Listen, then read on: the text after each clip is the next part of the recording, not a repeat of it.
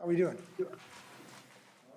Good afternoon. First in the good news category, congratulations to Whatcom Community College. They've now been recognized as a partner with Microsoft as a national leader in cybersecurity training.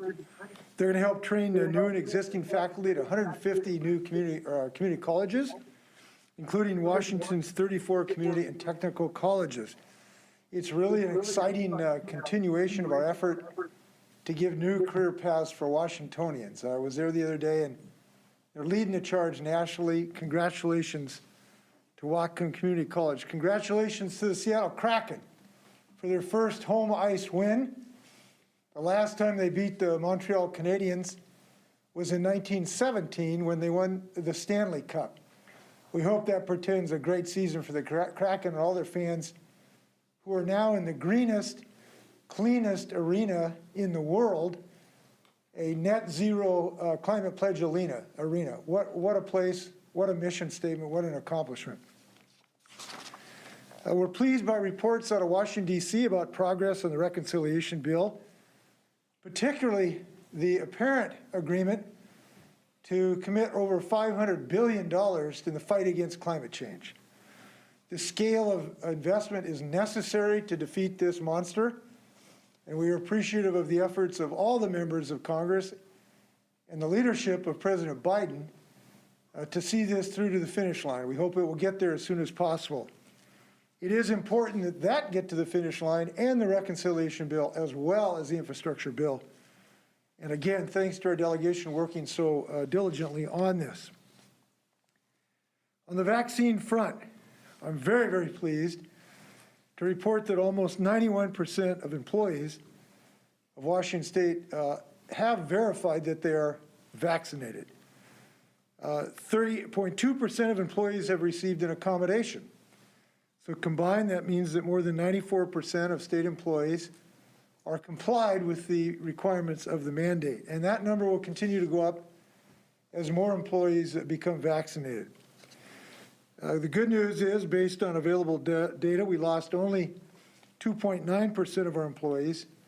That's good news. The remaining 3.1% of employees are pending action, which includes being in the process of being fully vaccinated, or they're pending retirement or pending accommodations. So obviously not all those employees will be separated. Many of them are getting their vaccinations, finishing their second dose. So I'm confident our compliance numbers will only go up. Those numbers will be updated for you by the Office of Financial Management, and we are expecting to see more individuals choosing to continue their careers for Washington State. Good news on the vaccination front for our children.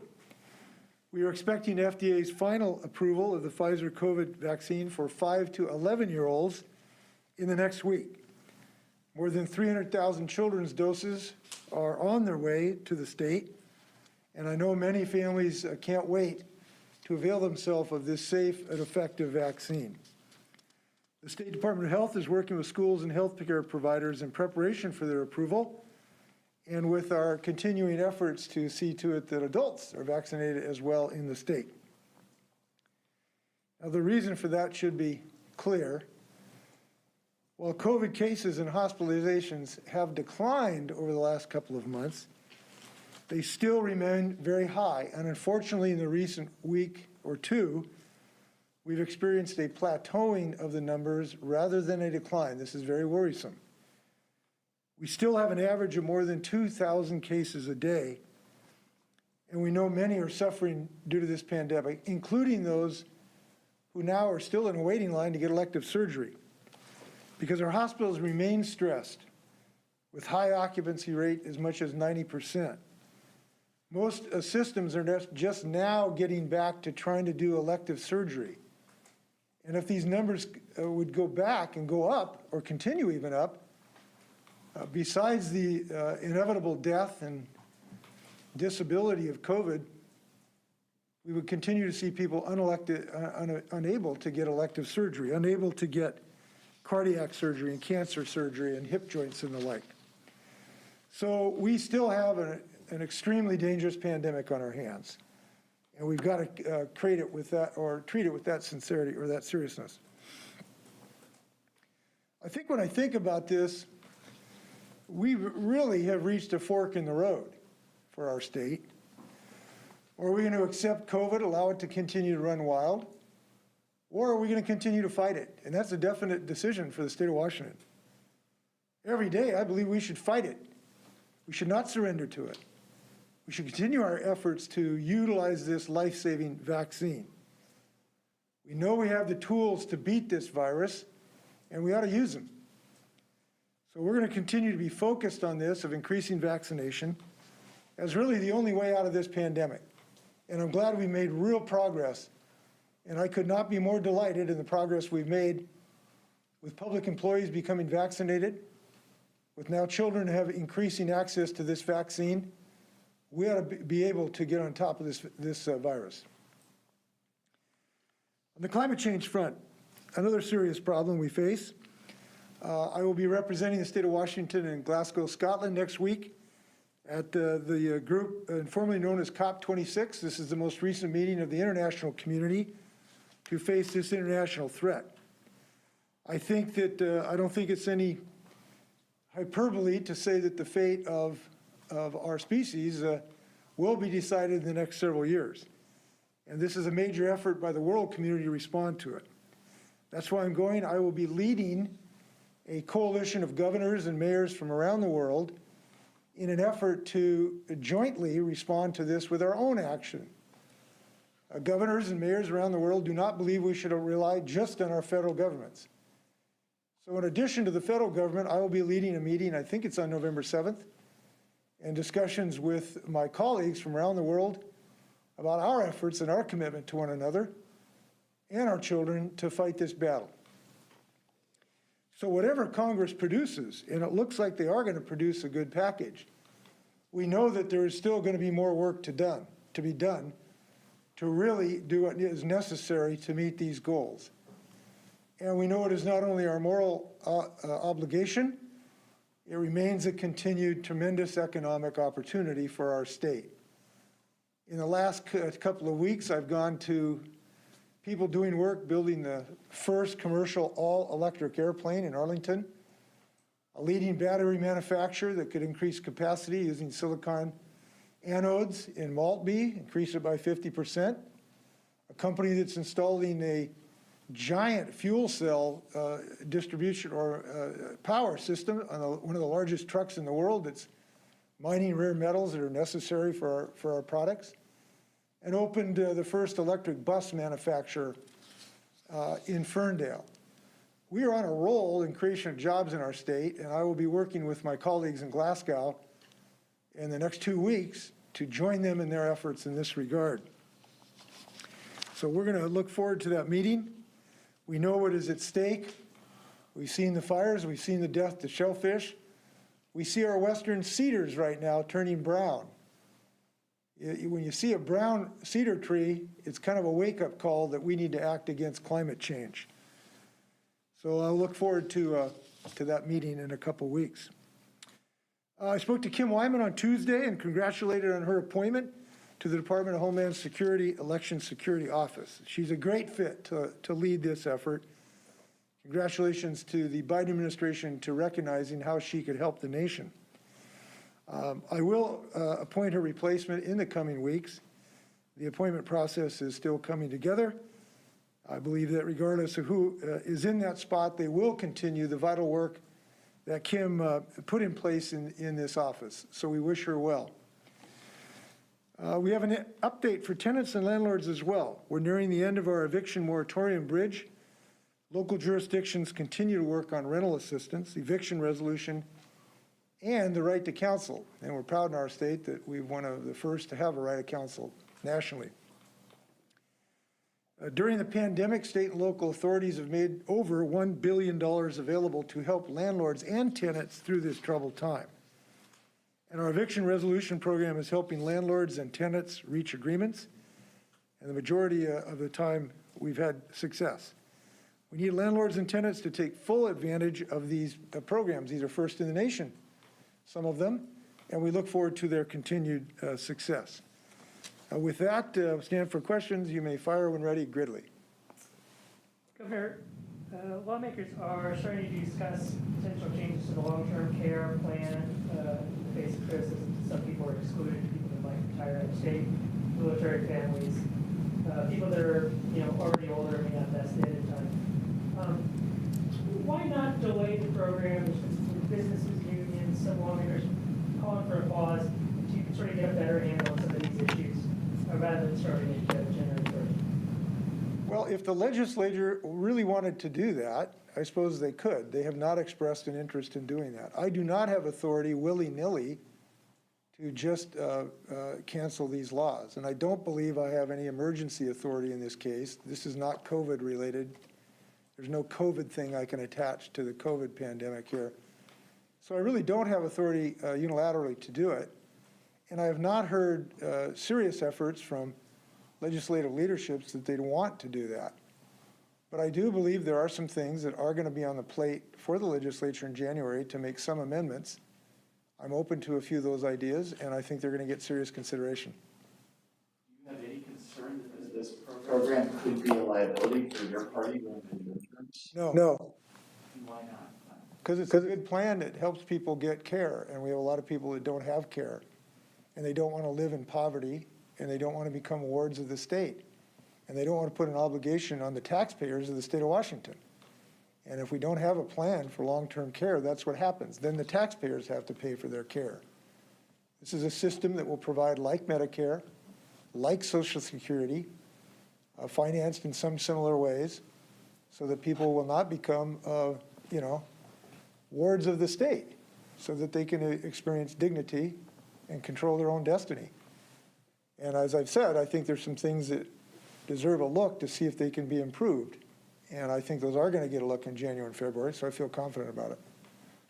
Governor, on the eviction moratorium, there are still a lot of local jurisdictions who are struggling to get that rental assistance out.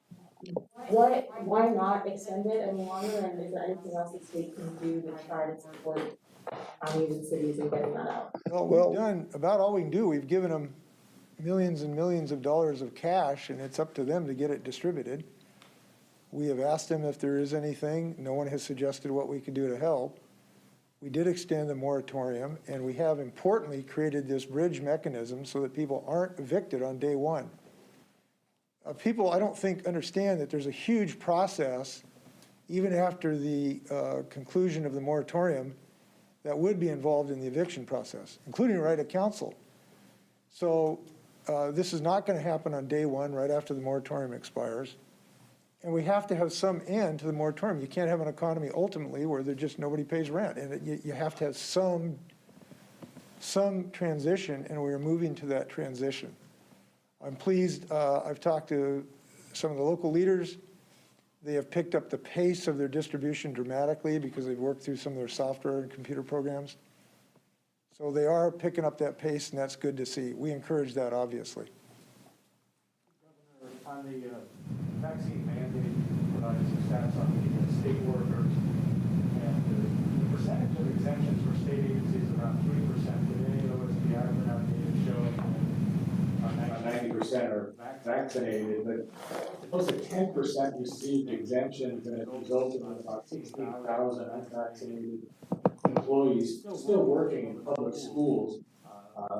Does it concern you? And I wonder if you envision having that many unvaccinated folks with accommodations of working in public schools still, or do you hope to see fewer than that? Well, no, I'm very encouraged by what we've been able to do. They significantly increased their vaccination rate, particularly amongst the non-certificated staff, and that's been good to see. I consider it a success. Would we like to say 100%? Yes. But they're the employer, we are not, and they handled this process within the protocols we established, but they are the employer. I could not control the employment decisions down to that granularity. So I'm just pleased that we have had, I would consider, unqualified improvements throughout all of the sectors that have been involved here. State employees, colleges, K through 12, hospitals, all of them have gone up dramatically in their vaccinations. So I'm just very pleased about it. Superintendent Rayco also said that there's talk, at least among the the education community that if they, once the vaccine for students and younger students is out and available, a desire that if they can reach, say, 80%, some threshold, about 80% vaccination rate of staff and students, that they might be able to begin rolling back some of the restrictions and mandates that apply to public schools. Are you open to creating a threshold for rolling back some of the restrictions for public schools? Well, we're hopeful that, yes, at some point, we want to remove these restrictions when we get to a level of activity of the virus in the community. When we get to certain levels that give us confidence we can do that, certainly we want to be in a position to do that. But as far as just a vaccination rate, I'm not sure that would be the right way to go about it. We want to look at the rate of the virus in the community. If you get to X vaccination rate, but you still have a raging pandemic, and our assumptions turned out to not be scientifically valid, we need to judge all those.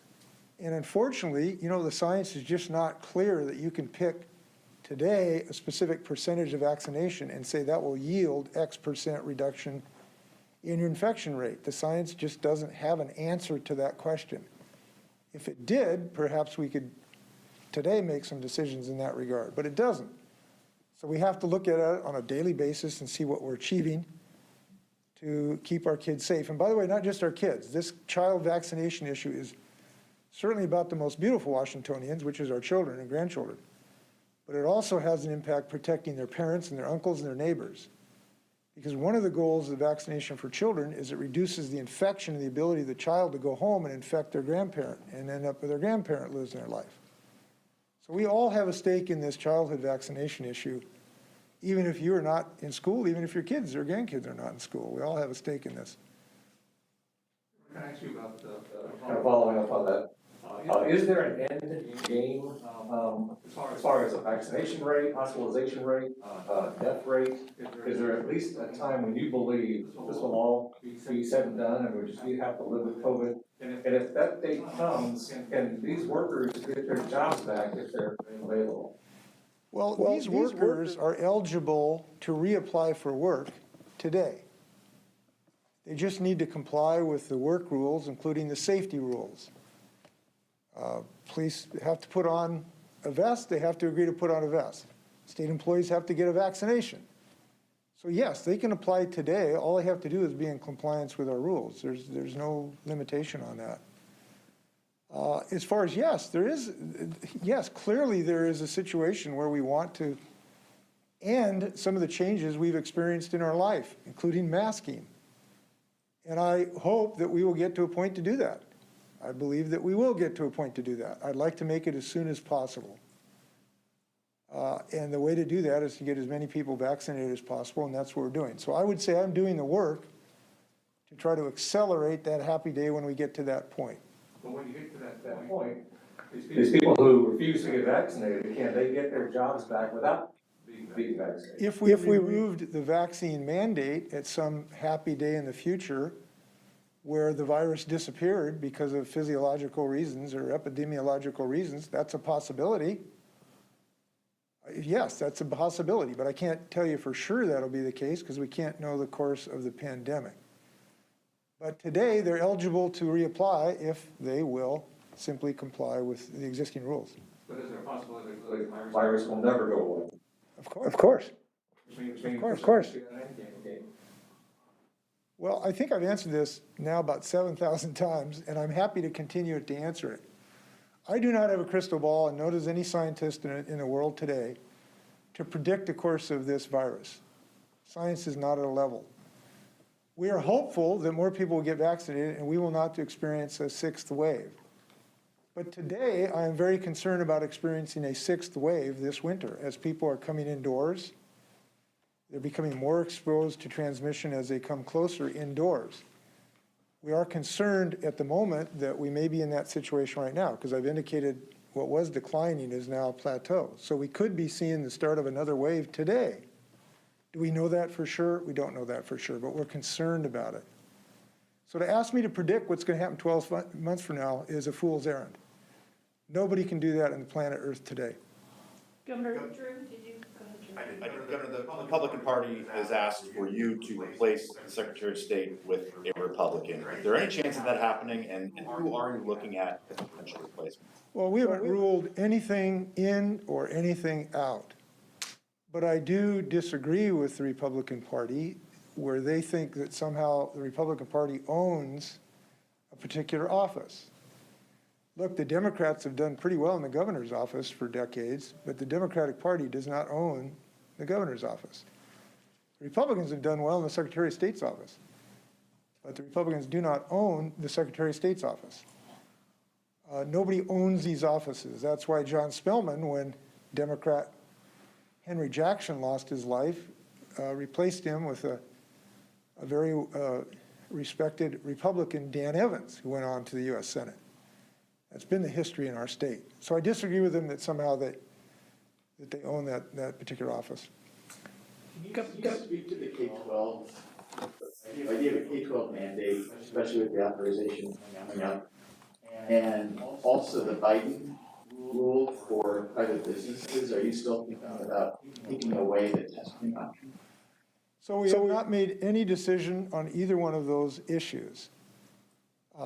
And I would think at some point each would have due consideration. We have no imminent decisions on either one.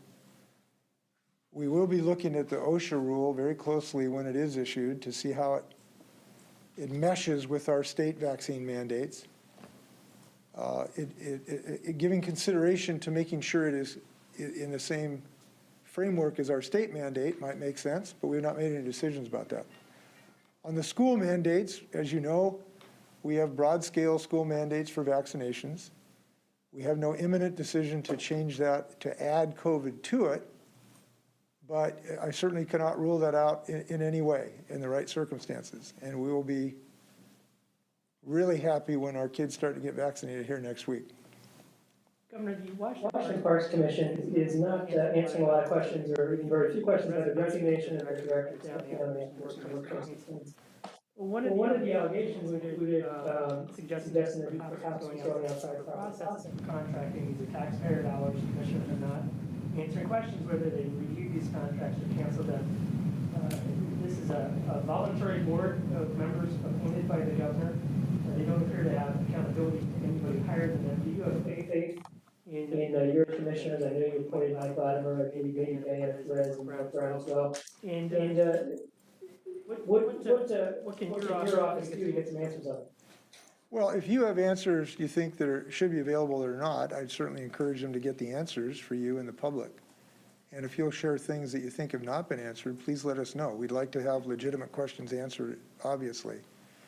Now, this is a dynamic we see a lot in Washington, that we have a distributed governance system where I don't control this group, like Fish and Wildlife. I don't control that group either. So I have a diminished ability to affect that. But if you think there's answers should be given, please let us know.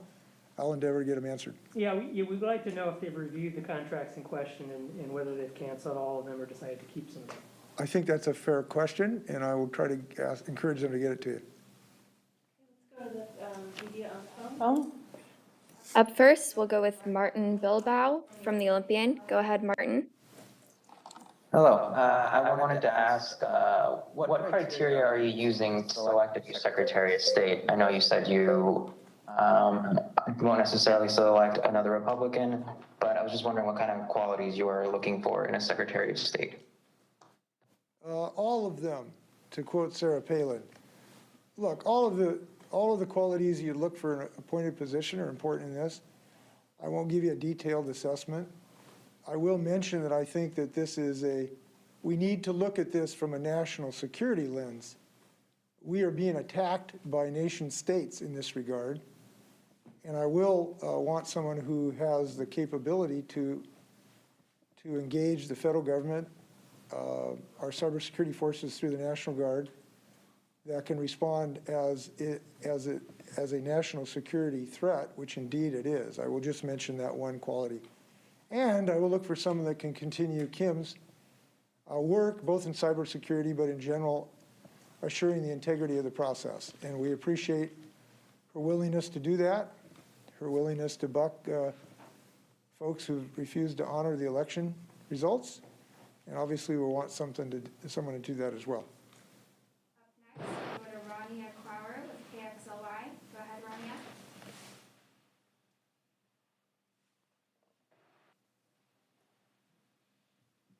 Rania, are you there? Okay. We will try Nicole Jennings with Cairo Radio. Go ahead, Nicole. Good afternoon, Governor. You just said that we are possibly on the cusp of a sixth wave. Cities like New York and Los Angeles and several countries in Europe, as well as our own King County, have implemented vaccine mandates in restaurants and indoor entertainment venues and museums. Why has the state of Washington not done this if things are getting dire again? And at what point would we choose to do that? Yeah, let me, if I can, I'm not describing, the situation has been dire for months. What I've suggested, though, we are at a plateau instead of declining, and that does cause us serious concern. That's how I would characterize the situation we're in. We haven't included a requirement for vaccinations in a variety of events. As you know, we did that a couple weeks ago. We've not added them to restaurant activity at the date because we don't think at the moment that makes sense for the state of Washington. But we're looking at the experience of King County to see if it's positive. And we'll continue to monitor that situation.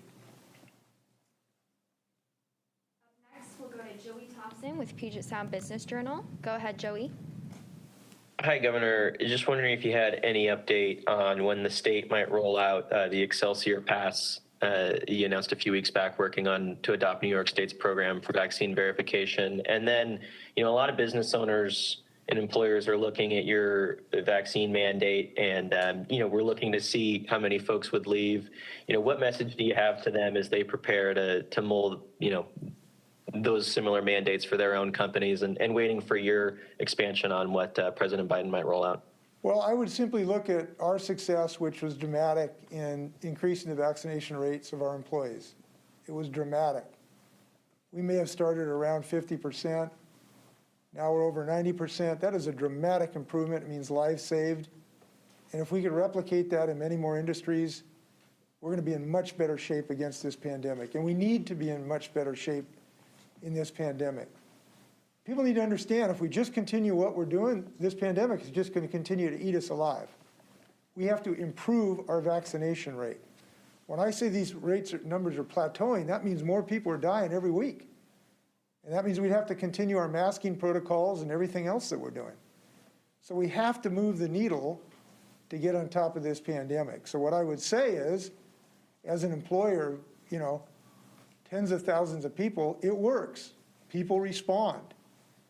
And a lot of these folks just need a little nudge, or they need a little way to get them to really seriously to think about the issue, and they get vaccinated by the thousands. So I would heartily suggest it to other employers. Obviously, they need to think about operational issues, about how to verify vaccination rates and the like, but we have found a way to do this and have good services for people in the state of Washington. I think Lacey wanted to jump in on that, Governor. Well, Lacey, another question you asked about. Yes, I can jump in here. Passes, yes. Lacey Fehrenbach, Deputy Secretary of COVID-19 Response. Just a point of clarification. I don't think in Washington State we're planning to adopt Excelsior Pass. We are working with a number of states, including California, Oregon, and New York, on a QR code that can be used as vaccine verification. So want to note that we want this to be something easy and accessible for Washingtonians, and we expect to have more to share about this very soon. We are going as quickly as we can to get that code written and tested and soft launched. But hoping to have more to share about that soon. In the meantime, there are multiple ways for businesses and individuals to verify vaccine.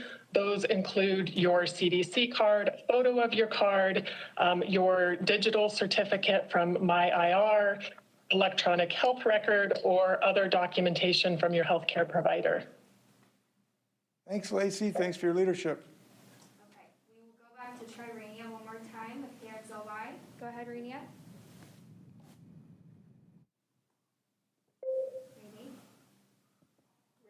Also email us for questions. Okay, so we will go to Peter Fairley with Investigate West. Go ahead, Peter.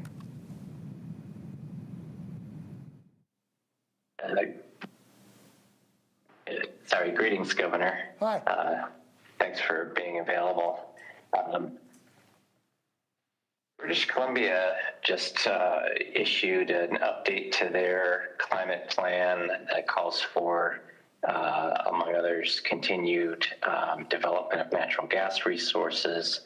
And I wondered what your thoughts were on the sustainability of that, and you know, whether Washington is dependent on those supplies. So I have not seen what you're referring to, so I won't give you any specific comment. But in general, we are in a position where increased reliance on fossil fuels of any type is a very questionable position right now. The numbers are just too demanding to reduce our fossil fuel and our carbon emissions. So increasing infrastructure that goes in that direction really is a dangerous decision. But I can't talk about exactly what you're referring to because I don't know what you're referring to. We will have measures before the legislature, and I forgot to mention this in my comments. I will be proposing to the legislature additional measures to reduce our carbon footprint. Even with our best in the nation laws, we do not have enough on the books today, even including what the federal government is about to do, to meet our carbon targets, to actually reduce carbon at the pace we need to decrease it.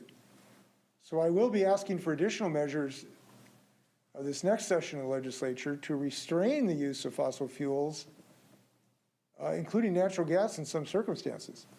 I think that is necessary, and the science makes that clear. So we've got more work to do in this regard.